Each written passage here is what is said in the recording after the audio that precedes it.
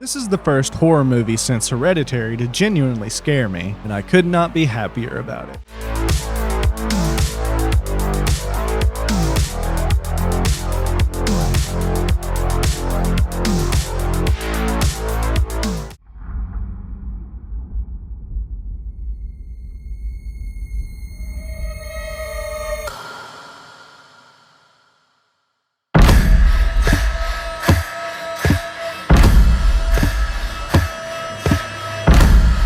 Matthew, where are you?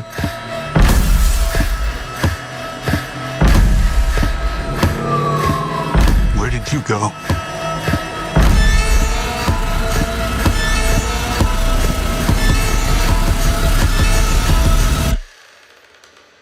This is where the story really starts.